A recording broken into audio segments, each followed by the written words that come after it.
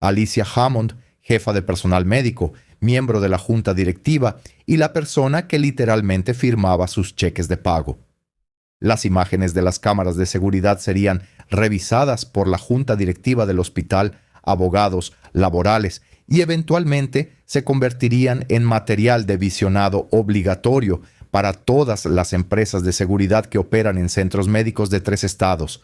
En 12 minutos, la carrera de Blake terminaría. En 6 meses, el hospital pagaría $850,000 para resolver una demanda por discriminación. Y en un año, los protocolos de seguridad en 17 hospitales serían completamente reescritos debido a lo que estaba a punto de suceder. Pero en ese momento, de pie en el pasillo cerca de la entrada de la UCI, Blake no tenía ni idea.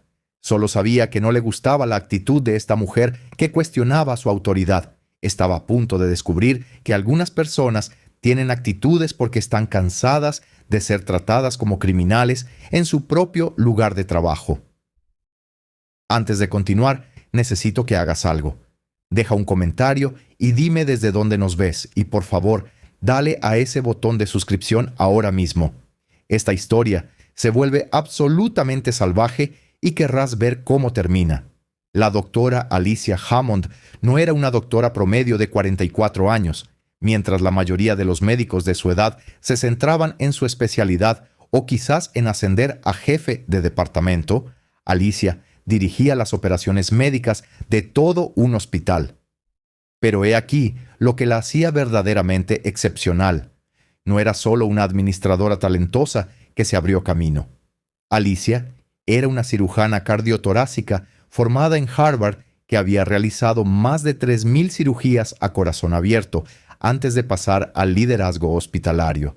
Poseía 2 maestrías, una en salud pública y otra en administración de empresas. Había sido publicada en el New England Journal of Medicine 17 veces. Su investigación sobre la reducción de complicaciones quirúrgicas en pacientes minoritarios había cambiado protocolos en hospitales de todo el país. Como jefa de personal médico, Alicia supervisaba cada departamento clínico, cada decisión médica, cada doctor, enfermera y miembro del personal médico en un hospital que atendía a más de 150,000 pacientes al año. Era responsable de un personal médico de 800 médicos y un presupuesto clínico de $340 millones. La junta directiva del hospital le reportaba en asuntos médicos. El director general la consultaba en decisiones estratégicas. Era, sin duda, una de las personas más influyentes en ese edificio.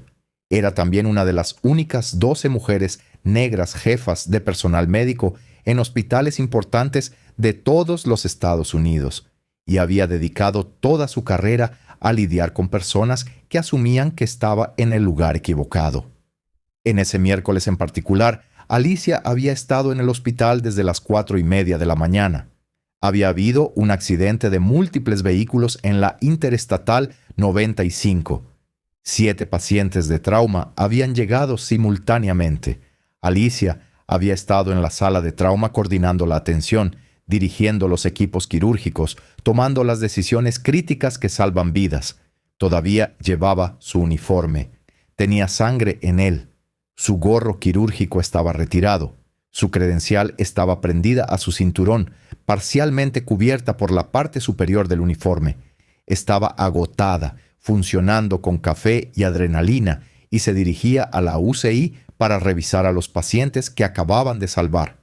Había recorrido este pasillo miles de veces. Conocía a cada enfermera, a la mayoría del personal de limpieza y ciertamente a cada guardia de seguridad que trabajaba en el turno de día, o eso creía. Blake Mercer era nuevo. Había sido contratado 3 semanas antes por la empresa de seguridad contratada por el hospital.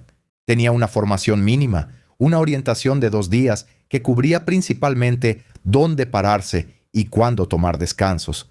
Nadie le había hablado del liderazgo del hospital. Nadie le había mostrado fotos de la jefa de personal médico.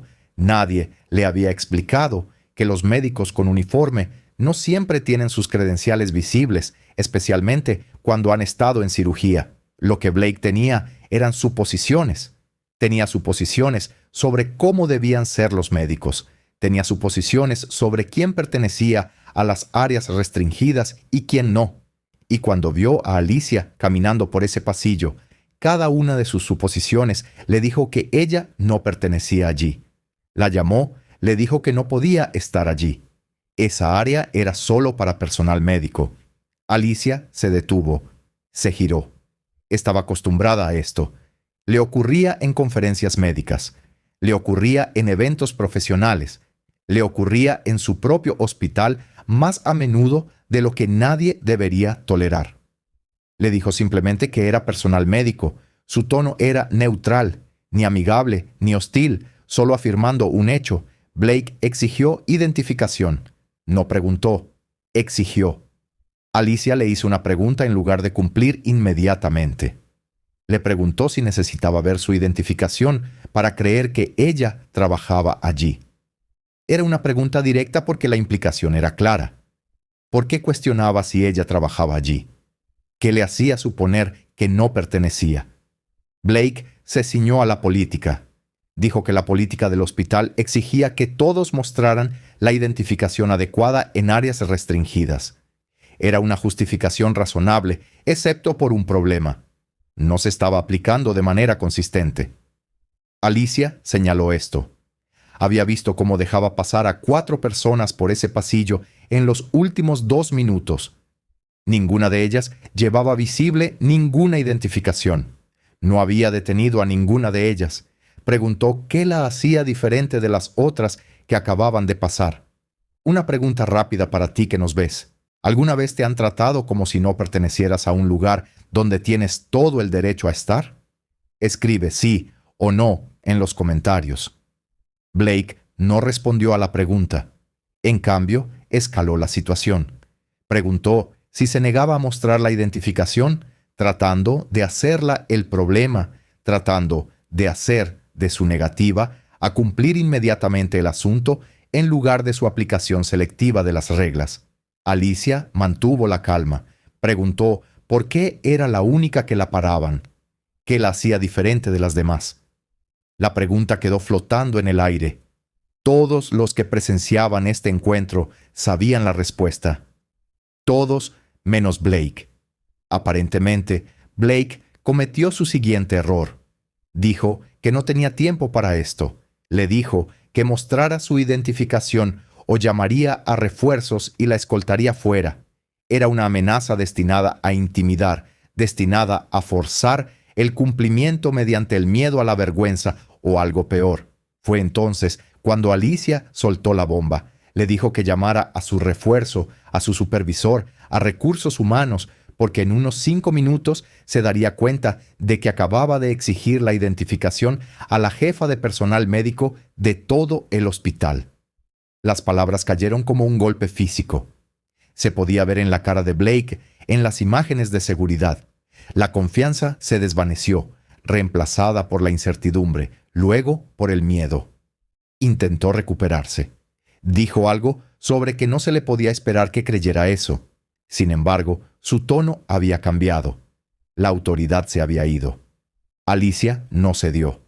Dijo que no esperaba que creyera nada. Esperaba que hiciera su trabajo correctamente, lo que incluía no perfilar racialmente a los médicos que trabajaban allí. Lo dijo claramente, directamente, perfilando racialmente, sin insinuarlo, sin rodeos, nombrándolo. Exactamente. Una enfermera apareció de una de las habitaciones de los pacientes, vio a Alicia y empezó a decir buenos días. Luego vio a Blake y se detuvo. Parecía confundida. El nombre de la enfermera era Jennifer y había trabajado con Alicia durante 6 años. Sabía exactamente quién era Alicia. Jennifer preguntó si todo estaba bien. Alicia dijo que estaba bien, pero que el guardia de seguridad la había detenido y exigido su identificación porque aparentemente no parecía pertenecer al área del personal médico. La mandíbula de Jennifer cayó, miró a Blake y dijo: «Detuvo a la doctora Hammond». El nombre claramente no significaba nada para Blake. Preguntó quién era la doctora Hammond. Jennifer solo lo miró fijamente.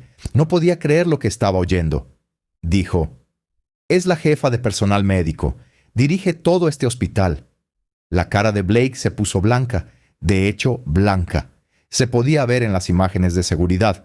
El color simplemente se le drenó. Empezó a tartamudear una disculpa. Alicia lo interrumpió. Le pidió su nombre y la información de contacto de su supervisor. Blake se la dio. Su voz temblaba ahora. Alicia sacó su teléfono. Llamó a alguien. Cuando respondieron dijo: «Tom, soy Alicia. Necesito que vengas al pasillo de la UCI del tercer piso ahora mismo. Tenemos una situación que requiere atención inmediata». Tom era Tom Henderson, el jefe de seguridad del hospital. Llevaba 12 años en St. Catharines, llegó en menos de 3 minutos. Vio la escena. Alicia, en uniforme ensangrentado con los brazos cruzados, Blake luciendo aterrorizado, Jennifer de pie como testigo, y él supo inmediatamente que esto era malo. Alicia explicó lo sucedido con calma, de manera factual. Dijo que Blake la había detenido en el pasillo, le había exigido su identificación y la había amenazado con que la escoltarían fuera cuando cuestionó por qué era la única persona que detenían. Señaló que había dejado pasar a múltiples personas sin credenciales visibles sin cuestionarlas.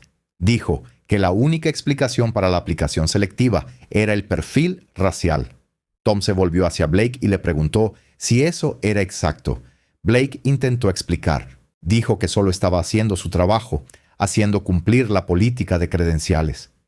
Tom le preguntó si había detenido a alguien más en ese pasillo. Blake dudó. Luego admitió que no. Tom le preguntó por qué no. Blake dijo que no tenía una buena respuesta. Tom le dijo a Blake que regresara a la oficina de seguridad y esperara allí. Blake se fue y se pudo ver en las imágenes que sabía que su trabajo había terminado. Se alejó con los hombros caídos, ya no era la figura de autoridad confiada de 10 minutos antes. Tom se disculpó con Alicia. No solo un rápido «lo siento», sino una disculpa sincera. Dijo que esto era inaceptable y que se abordaría de inmediato. Alicia dijo que esto no se trataba solo de ella. Había lidiado con este tipo de cosas durante toda su carrera, pero no podía permitir que sucediera en su propio hospital. Ni con ella, ni con otros médicos de color, ni con nadie. Le dijo a Tom que quería una revisión completa de los procedimientos de formación del contratista de seguridad. Quería datos sobre quién era detenido y cuestionado en áreas restringidas. Quería saber si había un patrón y quería todo eso en 48 horas. Tom asintió. Entendió. Esto no era una petición de una doctora que había sido inconveniente. Era una directiva de una ejecutiva de alto nivel que acababa de ser discriminada en sus propias instalaciones. Las implicaciones eran enormes. ¿Crees que el hospital actuó con la suficiente rapidez? Hazme saber qué piensas en los comentarios. Alicia fue a ver a sus pacientes. Tenía 5 personas en la UCI que necesitaban su atención, personas a las que no les importaban las políticas de credenciales o los protocolos de seguridad, personas que solo necesitaban un médico que supiera cómo salvar sus vidas. Dejó el incidente a un lado e hizo su trabajo, pero no olvidó esa noche. Después de un turno de 16 horas, Alicia se sentó y escribió un relato detallado de lo sucedido, cada palabra dicha, cada persona que lo presenció, las marcas de tiempo, la ubicación, los aspectos discriminatorios específicos del encuentro. Envió el relato a Tom Henderson. También lo envió al director general del hospital, al director de recursos humanos, al presidente de la junta directiva y a su abogado. No solo estaba presentando una queja interna, estaba creando un registro documentado con múltiples testigos y partes interesadas.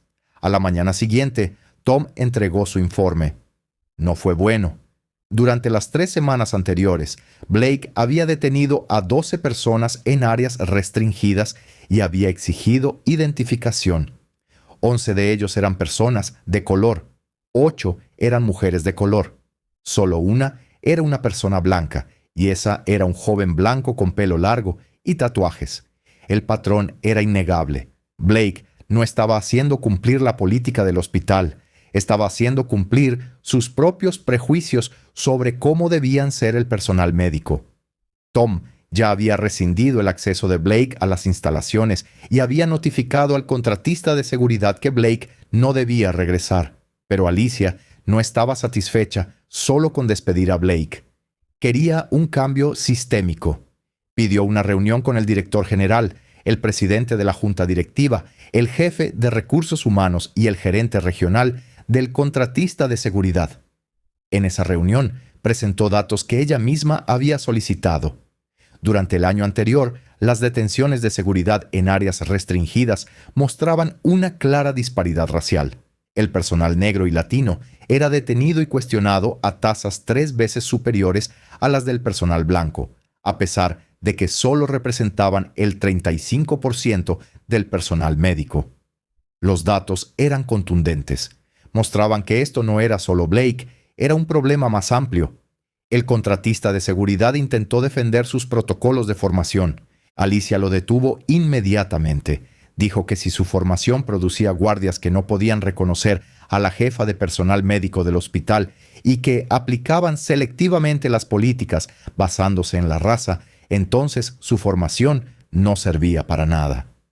Les dio 2 opciones: reformar por completo su programa de formación con la aportación del equipo de diversidad e inclusión del hospital, además de implementar formación obligatoria sobre sesgos implícitos, además de crear protocolos claros para identificar al personal sin credenciales visibles, además de someterse a auditorías trimestrales de sus datos de detenciones, o podían perder el contrato. El contratista eligió la opción 1. No podían permitirse perder un contrato de un hospital importante. En 2 semanas habían desarrollado un nuevo programa de formación. Todos los guardias debían completar 8 horas de formación sobre sesgos implícitos. Se les proporcionaron directorios fotográficos de todo el personal directivo del hospital. Se les formó sobre cómo verificar cortésmente la función de alguien sin hacer suposiciones basadas en la apariencia. Pero esa no fue el fin de la historia. Alicia había hablado con su abogado sobre el incidente. El abogado señaló que, si bien Blake había sido despedido y la formación se había mejorado, el hospital en sí mismo tenía responsabilidad por el entorno discriminatorio. El contratista trabajaba para el hospital tenía responsabilidad de supervisión.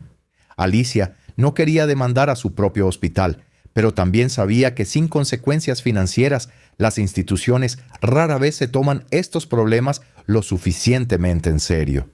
Presentó una queja formal ante la EEOC alegando discriminación racial y un ambiente de trabajo hostil. Documentó no solo este incidente con Blake, sino un patrón de incidentes similares durante sus 5 años como CMO. Momentos en que la seguridad había cuestionado su presencia en reuniones de liderazgo. Momentos en que había sido confundida con personal de limpieza o de dietética. Momentos en que su autoridad había sido cuestionada de maneras que sus colegas blancos masculinos nunca experimentaron. Todo documentado, todos los testigos, todo registrado en correos electrónicos e informes de incidentes que había presentado a recursos humanos. Los abogados del hospital revisaron la queja y sabían que tenían un problema. Alicia no era una empleada de nivel de entrada a la que pudieran despedir. Era la jefa de personal médico. Tenía una reputación impecable, tenía documentación. Y si esto llegaba a los tribunales, el jurado vería imágenes de cámaras de seguridad de una doctora negra con uniforme ensangrentado, amenazada con ser expulsada de su propio hospital. Las negociaciones de conciliación fueron relativamente rápidas. El hospital no quería que esto saliera en las noticias. No quería que otros hospitales los vieran como un lugar que discriminaba a su propio liderazgo. No querían que los médicos de color dudaran en aceptar puestos allí. 6 meses después del incidente, llegaron a un acuerdo. Se pagaron $850,000 a Alicia. Pero lo que es más importante, el hospital acordó cambios integrales en las políticas. Crearon un puesto de oficial jefe de diversidad que reportaba directamente al director general. Implementaron formación obligatoria sobre sesgos para todo el personal, no solo para seguridad. Establecieron una junta de revisión independiente para investigar las quejas de discriminación. Se comprometieron a reclutar más liderazgo diverso y a rastrear datos demográficos en todos los niveles. Alicia utilizó una parte de su acuerdo para establecer un fondo de becas para estudiantes minoritarios que cursan carreras en administración hospitalaria.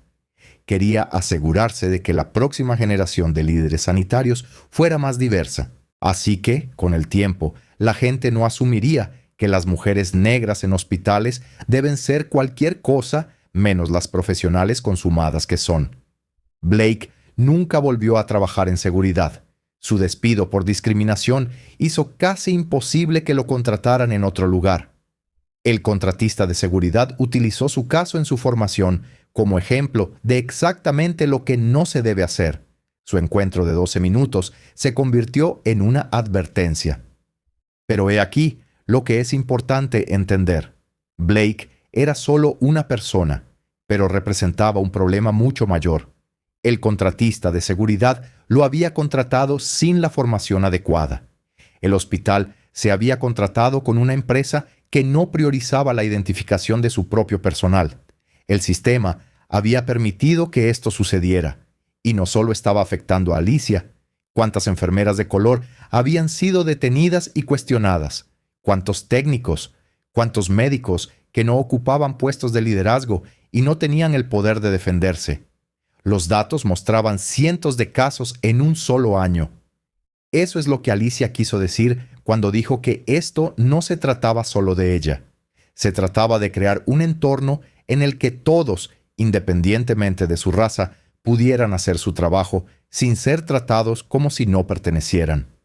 Hablemos de lo que realmente nos enseña esta historia. En la superficie, se trata de un guardia de seguridad que perfiló racialmente a su jefa y pagó el precio. Pero si eso es todo lo que sacas de esto, te estás perdiendo la imagen completa. Primera lección. La documentación importa. Alicia no solo se quejó verbalmente, escribió relatos detallados, solicitó datos, compiló pruebas, creó un registro que no podía ser desestimado o ignorado. Sin documentación, esto se convierte en la palabra de una persona contra otra. Con documentación, se convierte en hechos innegables. Segunda lección. Los patrones importan más que los incidentes. Un guardia de seguridad que detiene a un médico podría explicarse como un malentendido, pero los datos que muestran cientos de detenciones discriminatorias durante un año, eso es un fallo del sistema. Eso requiere soluciones sistémicas. Alicia entendió que arreglar el sistema era más importante que castigar a un individuo. Tercera lección. Conoce tu poder y úsalo estratégicamente. Alicia tenía poder posicional como CMO. Lo usó, pero no solo despidió a Blake y siguió adelante. Utilizó su posición para forzar un cambio institucional. Se aseguró de que la solución fuera más grande que simplemente eliminar a un mal actor. Cuarta lección. Las consecuencias financieras impulsan el cambio. El hospital pagó $850,000. Eso captó la atención de la Junta. Eso los hizo tomarse el problema en serio. Eso los hizo invertir en soluciones reales. Triste, pero cierto, las instituciones a menudo no cambian hasta que les cuesta dinero. Quinta lección. Crea oportunidades para otros. Alicia podría haber aceptado su acuerdo y seguir adelante. En cambio, lo utilizó para crear un fondo de becas. Convirtió su experiencia negativa en algo que ayudaría a la próxima generación. Así es como los incidentes individuales se convierten en cambios duraderos. ¿Tú o alguien que conoces ha experimentado discriminación en el trabajo? Comparte tu historia en los comentarios si te sientes cómodo. Las imágenes de seguridad de esa mañana nunca se hicieron públicas según el acuerdo de conciliación, pero se utilizaron en programas de formación. Las empresas de seguridad de toda la industria sanitaria las utilizaron como ejemplo. Nuevos vigilantes observan y aprenden lo que sucede cuando uno se deja llevar por prejuicios raciales en lugar de seguir los protocolos establecidos. Las imágenes revelan un punto crucial.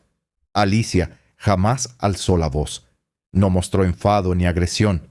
Formuló preguntas. Señaló inconsistencias. Impuso su autoridad cuando fue preciso. Su profesionalismo durante todo el incidente impidió que alguien la tildara de conflictiva o irracional. Esto no significa que las víctimas deban ser perfectas, pero sí demuestra el poder de mantener la calma y documentar cada detalle. Cuando se dispone de grabaciones que evidencian tu cortesía mientras sufres discriminación, resulta mucho más difícil que desestimen tu queja. 3 años después del incidente, el Centro Médico St. Catherine's había logrado avances notables. Su equipo directivo era más diverso. Sus normativas eran más claras. Su capacitación era superior. Las denuncias por trato discriminatorio habían disminuido en un 60%. Varias organizaciones sanitarias habían reconocido su compromiso con la diversidad y la inclusión. Sin embargo, Alicia te diría que la labor no había concluido. El progreso no equivale a la perfección.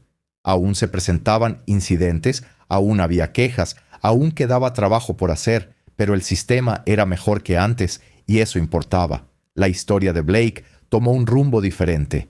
Tras ser despedido de su empleo en seguridad, pasó por un período difícil. Finalmente, encontró un puesto en el sector minorista. Aproximadamente un año después del incidente, contactó a Alicia a través de LinkedIn. Le envió un mensaje disculpándose por lo sucedido. Comentó que había reflexionado mucho sobre sus propios prejuicios. Afirmó que estaba esforzándose por ser una mejor persona. Alicia nunca respondió al mensaje. Más tarde, comentó a sus colegas que agradecía la disculpa, pero que no le debía a Blake su perdón ni su tiempo. Prefería invertir su energía en el cambio sistémico en lugar de en historias de redención individual. Algunas personas no estuvieron de acuerdo con esa decisión. Consideraban que la gracia y el perdón eran importantes, pero el punto de Alicia era válido.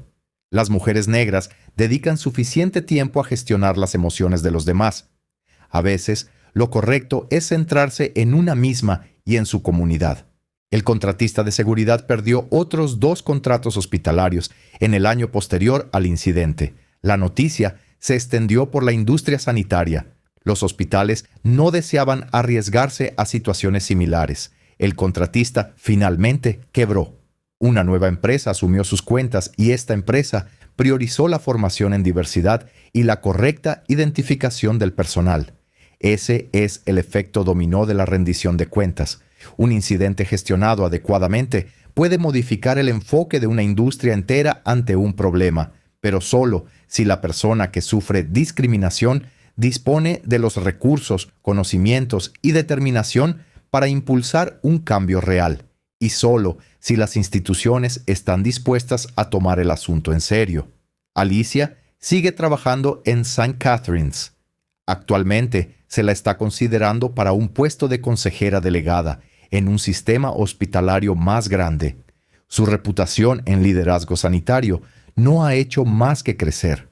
Con frecuencia es invitada a dar conferencias sobre diversidad en el ámbito sanitario, sobre liderazgo, sobre la creación de entornos inclusivos en centros médicos. En estas charlas siempre menciona esa mañana con Blake, no porque fuera lo peor que le hubiera ocurrido, que no lo fue, sino porque representaba a la perfección lo que muchos profesionales de color experimentan a diario: los prejuicios, el escrutinio adicional, la carga de demostrar que se pertenece a espacios donde se tiene todo el derecho a estar. Comenta a las audiencias que el objetivo no es castigar a todos los Blake del mundo. El objetivo es crear sistemas donde las suposiciones de Blake no se traduzcan en acciones discriminatorias, donde la formación adecuada y los protocolos claros eviten que los prejuicios afecten el trato a las personas, donde la diversidad no sea solo una palabra de moda, sino una realidad vivida en todos los niveles de una organización. Pregunta final para ti, espectador. Si hubieras estado en la posición de Alicia, ¿habrías presentado una demanda o habrías intentado resolverlo internamente? Deja tus reflexiones en los comentarios. Aquí está el aspecto de esta historia que la hace a la vez frustrante y esperanzadora. Frustrante porque Alicia tuvo que pasar por esto, porque tuvo que dedicar su tiempo y energía a luchar contra la discriminación, además de realizar su trabajo principal, que era dirigir las operaciones médicas de todo un hospital. porque tuvo que documentar, probar y luchar por lo que debería haber sido obvio, que ella pertenecía a ese lugar. Pero esperanzadora porque ganó. Porque el sistema, aunque imperfecto, finalmente respondió. Porque una persona con conocimiento, documentación y determinación fue capaz de forzar un cambio institucional. Porque otras personas en situaciones similares ahora cuentan con mejores normativas que las protegen. Ese es el equilibrio que debemos mantener. Reconocer que el sistema está roto, pero al mismo tiempo ser conscientes de que puede ser reparado. Entender que los individuos no deberían tener que ser héroes para ser tratados con justicia, pero al mismo tiempo celebrar a quienes luchan cuando no lo son. El pasillo fuera de la UCI en St. Catharines luce igual que aquel miércoles por la mañana. Las mismas paredes, la misma iluminación, la misma estación de enfermería, pero algo fundamental cambió allí. Se envió un mensaje claro. No se pueden hacer suposiciones sobre quién pertenece basándose en su apariencia. No se pueden aplicar reglas de forma selectiva en función de la raza, y si lo haces, habrá consecuencias. Blake aprendió esa lección de la manera difícil. El contratista de seguridad la aprendió. El hospital la aprendió. Y esperamos que todos los que ven este video también la estén aprendiendo. Los derechos solo importan cuando las personas están dispuestas a defenderlos. Las políticas solo funcionan cuando las personas están dispuestas a aplicarlas con justicia. El cambio solo ocurre cuando las personas están dispuestas a luchar por él. Gracias por ver esta historia hasta el final. Si la encontraste valiosa, si te enseñó algo o te hizo pensar de manera diferente, por favor, suscríbete a este canal. Contamos estas historias porque importan, porque el conocimiento es poder, porque la rendición de cuentas es necesaria, porque el cambio es posible cuando las personas se niegan a aceptar la discriminación. Dale a ese botón de suscripción. Comparte este video. Deja un comentario sobre lo que aprendiste y recuerda, si alguna vez te tratan como si no pertenecieras a algún lugar, tienes todo el derecho a estar ahí. Tienes opciones. Documenta todo. Conoce tus derechos.